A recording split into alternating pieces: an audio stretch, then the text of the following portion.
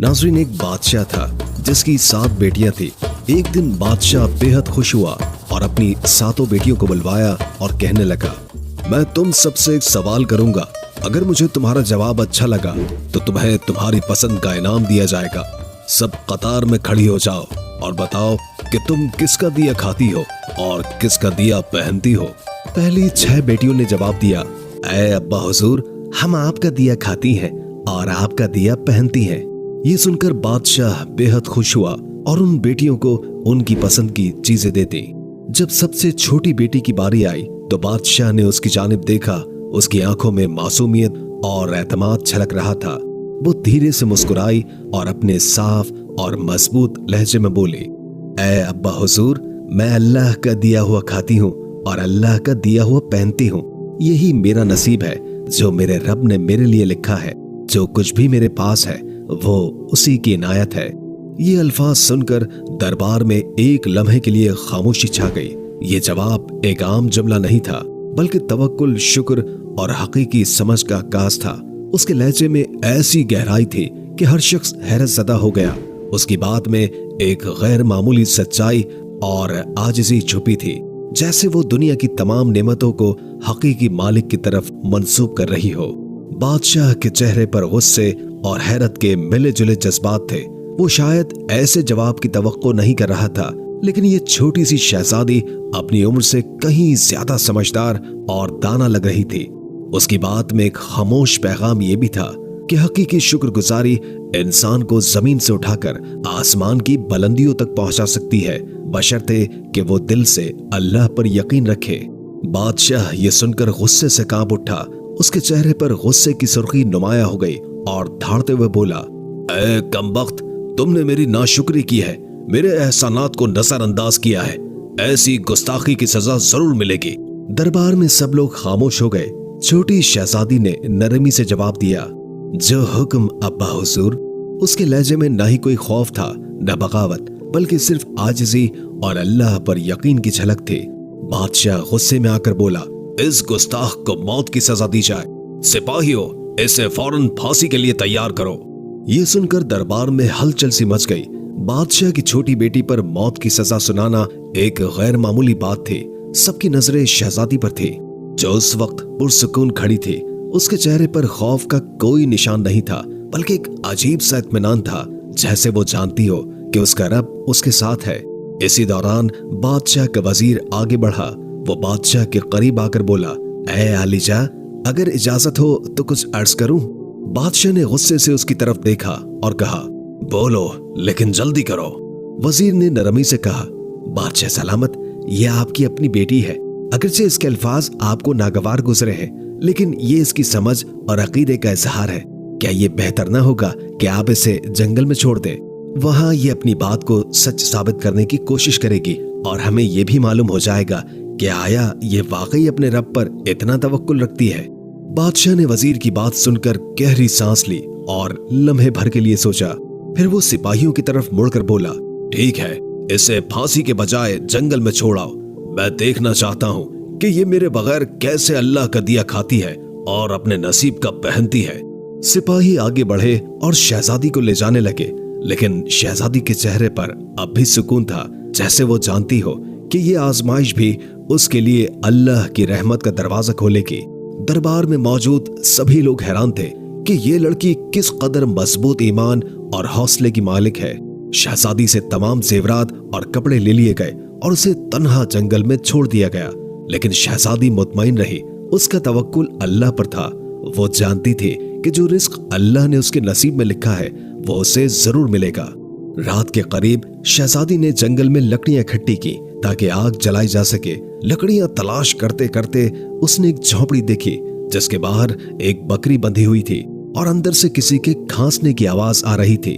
शहजादी ने झोपड़ी के अंदर जाकर देखा तो वहां एक बीमार बुजुर्ग चारपाई पर लेटा हुआ था। वो पानी पानी पुकार रहा था।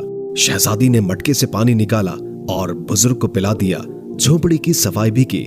बुजुर्ग ने पूछा, बेटी, तुम कौन हो और इतने बड़े जंगल में अकेली क्या कर रही हो? शहजादी ने अपना सारा हाल बयान कर दिया। सुबह के वक्त बुजुर्ग ने कहा, मैं शहर काम पर जा रहा हूँ और 7-8 दिन के बाद वापस आऊंगा।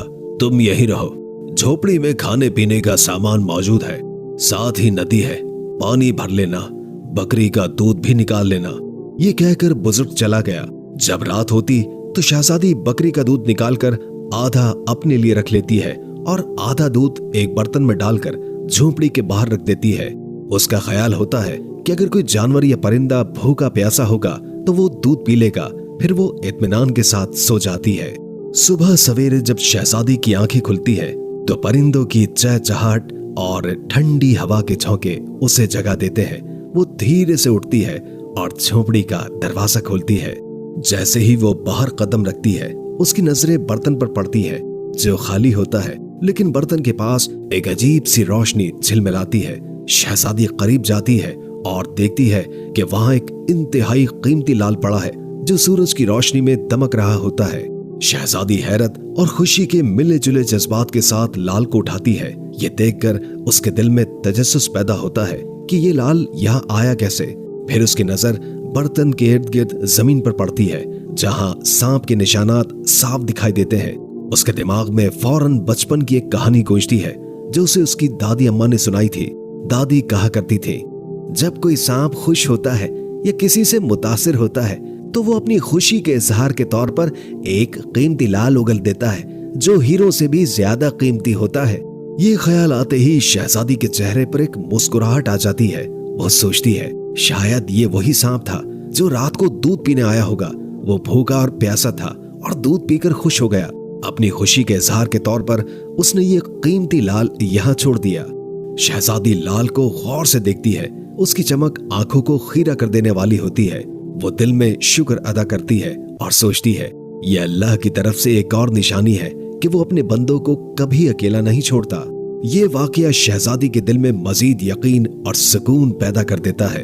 वो सोचती है कि अगर नीयत साफ हो और दिल में रहम हो तो अल्लाह अपने बंदों के लिए ऐसे रास्ते निकालता है जो इंसान की सोच से बाहर होते हैं। वो लाल को महफूज जगह पर रख देती है और दिल में अहद करती है कि आज रात फिर बर्तन में दूध रखेगी, ये देखने के लिए कि क्या ये मौजज़ा दोबारा भी होता है या नहीं। ये एहसास कि उसकी मदद के लिए कुदरत खुद हरकत में आ चुकी है शहजादी के दिल में एक नई उम्मीद और हौसला पैदा कर देता है। वो अपनी आजमाइश को अल्लाह की रहमत में बदलता हुआ देखती है और दिल ही दिल में मुस्कुराकर कहती है, अल्लाह का शुक्र है जिसने मेरे सब्र और तवक्कुल को रायगा नहीं जाने दिया। शहजादी ये सोचकर हैरान होती है और दिल में सोचती है कि शायद सांप भूखा और प्यासा था और दूध पीकर खुश हो गया। खुशी के आलम में उसने लाल उगल दिया। शाम होते ही शहजादी दोबारा दूध बर्तन में डालकर झोपड़ी के बाहर रख देती है और खुद सो जाती है। हर सुबह शहजादी देखती है कि बर्तन खाली है और एक नया लाल बर्तन के पास पड़ा हुआ है। इस तरह 7 दिन गुजरते हैं। हर दिन सांप दूध पीकर एक लाल उगल देता है। 7वें दिन वो बूढ़ा ज़ईफ बुजुर्ग काम से वापस आता है। शहजादी उसे पूरा वाकया सुनाती है और 3 लाल उसे दे देती है। वो कहती है, आप शहर जाएं और इन लालों को बेचकर महल बनाने का सामान और मजदूर ले आएं। बाकी 4 लाल शहजादी एक माला की शक्ल में गले में पहन लेती है। कुछ ही महीनों में जंगल में एक शानदार महल तैयार हो जाता है। महल में हर किस्म की सहूलत, नौकर चाकर और दुनिया की तमाम नेमतें मौजूद होती हैं। शहजादी एक लकड़ी की फैक्ट्री भी बनाती है जहां गरीब मजदूर काम करके अपनी रोजी रोटी कमाते हैं। जंगल का यह इलाका आहिस्ता आहिस्ता एक शहर की शक्ल इख्तियार कर लेता है और दूर दूर तक उसकी शोहरत फैल जाती है। शहजादी के वालिद बादशाह तक भी ये बात पहुंच जाती है। बादशाह ये सोचता है कि देखो तो सही, ये कौन सी शहजादी है जिसने इतने कम वक्त में ये सब कुछ कर लिया। बादशाह अपने सिपाहियों के जरिए शहजादी को पैगाम भेजता है कि फुला मुल्क का बादशाह आपसे मिलना चाहता है। शहजादी सिपाहियों को पैगाम देती है कि दावत इस शर्त पर कबूल की जाएगी कि बादशाह अपनी तमाम बेटियों के साथ हमारे महल में तशरीफ लाए। बादशाह इस शर्त को कबूल कर लेता है और एक दिन अपनी 6 बेटियों को लेकर महल में आ जाता है। शहजादी नकाब करके अपने वालिद और बहनों से मुलाकात करती है और 7 रंग के खाने पेश करती है और हर खाने के साथ उसी रंग का लिबास और जेवरात पहन कर आती है। महल की शानो शौकत और शहजादी के अंदाज को देखकर बादशाह बेहद मुतासिर होता है और आखिरकार ये कहने पर मजबूर हो जाता है, तुम मेरी बेटियों की जगह पर हो और मैं तुम्हारे इसरार पर अपनी तमाम बेटियों को लेकर आया हूँ। फिर हमसे ये पर्दा किस बात का? शहजादी कहती है, ठीक है, मैं तैयार होकर आती हूँ। इस पर उसकी दूसरी बहनें आपस में बात करने लगती हैं कि इतने महंगे कपड़े पहने हुए हैं, इतने जेवरात पहने हुए हैं और कितना तैयार होकर आएगी। इतने में बादशाह देखता है कि एक सादा कपड़ों में एक लड़की आ रही है। बादशाह गौर करते हैं तो उन्हें पता चलता है कि ये तो उनकी अपनी ही बेटी है। वो हैरान होकर सोचते हैं, मैं तो समझ रहा था कि जंगल के जानवर इसे खा गए होंगे। जब मुझे इसकी फिक्र हुई थी तो मैंने सिपाहियों को जंगल में भेजा था, लेकिन उन्होंने कहा था कि वहां शहजादी का कोई अता पता नहीं है। फिर ये यहाँ कैसे? बादशाह अपनी बेटी से मिलकर बेहद खुश होते हैं। वो हैरत और मसरत के आलम में कहते हैं, बेटी, तुम कितनी खुशकिस्मत हो कि तुम्हें इतनी अजीम शहजादी के साथ रहने का मौका मिला। जाओ, उसे बुला कर लाओ, मैं तुम्हें उससे आजाद करवा दूंगा। अगर तुम्हारी आजादी के बदले वो मुझसे मेरी सल्तनत भी मांगे तो मैं उसे देने के लिए तैयार हूँ। ये सुनकर शहजादी ने एक लम्हे के लिए अपनी आंखें झुका ली। उसके चेहरे पर एक अजीब सी मुस्कुराहट फैल गई, गोया कोई छुपी हुई हकीकत सामने आने वाली हो। बादशाह और दीगर बहनें हैरानी से उसकी तरफ देखने लगी। शहजादी ने सर उठाया और नरमी से कहा, अब्बा हुजूर, वो शहजादी कहीं दूर से नहीं बुलानी पड़ेगी। बादशाह ने उलझन से पूछा, क्यों, क्या वो करीब ही है? शहजादी ने मुस्कुराते हुए नकाब हटाया और कहा, क्योंकि वो शहजादी मैं खुद हूँ। ये सुनकर बादशाह की आंखें हैरत से फैल गई और दरबार में एक सनसनी सी दौड़ गई। हर कोई सख्ते में आ गया। बादशाह ने कदम बढ़ाए और हैरत के साथ बोले, ये कैसे मुमकिन है? तुम तो जंगल में अकेली थी। ये महल, ये शान और शौकत, ये सब कुछ तुमने कैसे हासिल कर लिया? शहजादी ने पूरा एतमाद लहजे में कहा, याद है अब्बा हुजूर, मैंने कहा था कि मैं अल्लाह का दिया हुआ खाती हूँ और अपनी किस्मत का पहनती हूँ। ये सब अल्लाह की इनायत है। आपने मुझे आजमाइश में डाला, लेकिन मेरे रब ने मुझे कामयाबी से नवाजा। ये महल, ये दौलत, ये सब मेरे रब का इनाम है। बादशाह ने गहरी सांस ली। उसकी आंखों में शर्मिंदगी और फख्र के मिले जुले जज्बात थे। वो बोले, बेटी, तुमने आज मुझे एक सबक सिखाया है जो मैं कभी नहीं भूलूंगा। शहजादी ने मुस्कुराते हुए कहा, आजमाइश हमें तोड़ने नहीं बल्कि मजबूत करने आती है अब्बा जान, और जब तवक्कुल अल्लाह पर हो तो दुनिया की कोई ताकत हमें शिकस्त नहीं दे सकती। ये लम्हा बादशाह और सबके लिए एक गैर मामूली मोड़ बन गया, जहां एक बेटी ने अपने सब्र, तवक्कुल और हौसले से साबित कर दिया कि अल्लाह के फैसले हमेशा बेहतरीन होते हैं। शहजादी मुस्कुराते हुए बोली, बाबा, बात भूल गए क्या? बादशाह ने कहा, वो क्या?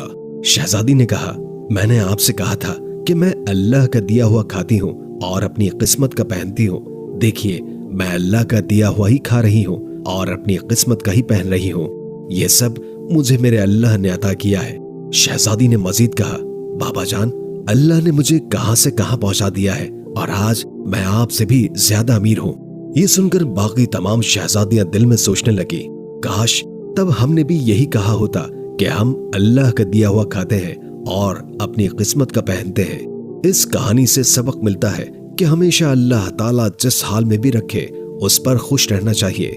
जो इंसान अल्लाह पर तवक्कुल रखता है, अल्लाह उसे कभी तन्हा नहीं छोड़ता। नाज़रीन, आप हमें कमेंट बॉक्स में जरूर बताएं कि ये कहानी आपने अपने बचपन में अपने दादा दादी, नाना नानी या किसी बुजुर्ग से सुनी है या आज पहली बार सुन रहे हैं। अगर आपने ये वीडियो मुकम्मल देखी है तो कमेंट बॉक्स में मुकम्मल का लफ्ज जरूर लिखें ताकि हमें पता चले कि कितने लोगों ने हमारी वीडियो को आखिर तक देखा है। दोस्तों, शहजादी के लिए एक लाइक तो बनता है।